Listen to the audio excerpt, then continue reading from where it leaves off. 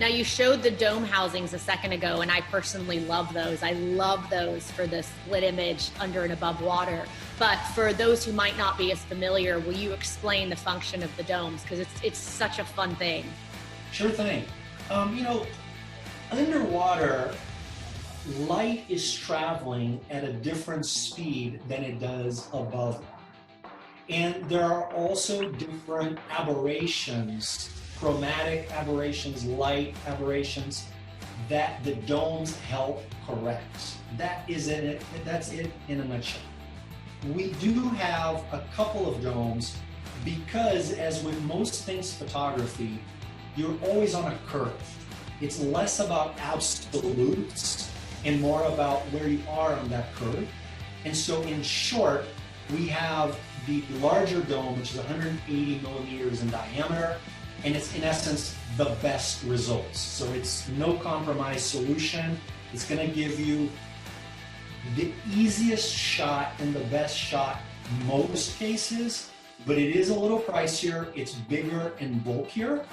And then we have a smaller 120 dome that gives you most of that benefit, but it's more affordable, lighter, and adds less bulk to your setup. So if you're on the go, this is a great solution.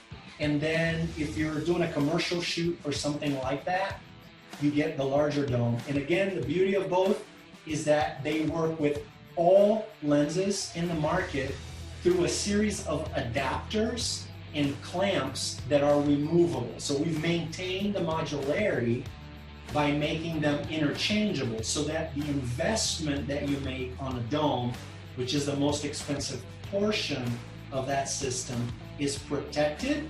And even in the future, when new lenses are launched, we can launch a supporting bracket or an adapter by simply measuring those lenses, working with those manufacturers, and then introducing that to the dome as a third component that you can purchase whenever you want. So we're trying to protect your investment and maintain that modularity.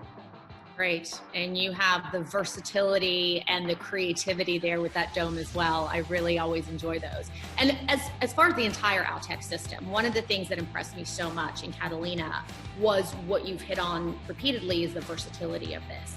So I'm curious to know, who is using Outex? Tell me about some of the photographers out there, the videographers, cinematographers who are using it for content creation, and what are they capturing on Outex?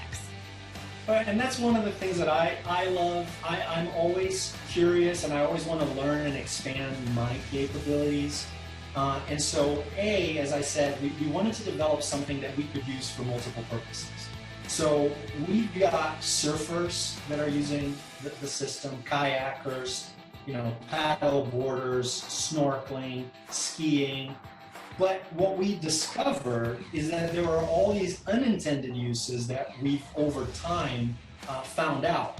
And so we've got, people going in the mud. So Burning Man, there's all kinds of events on the East Coast that are in the mud, or, truck mudding. I don't even know half of the events, but things like Holi Festival in India. Yeah, the colors. Oh, I love that.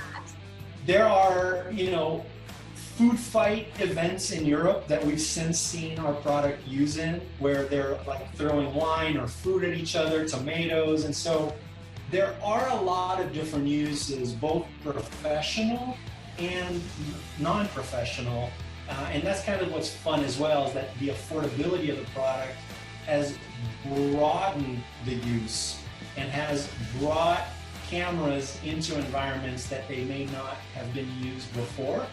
And it keeps it fun, and it sort of removes the creativity limits and just allows photographers to do their thing.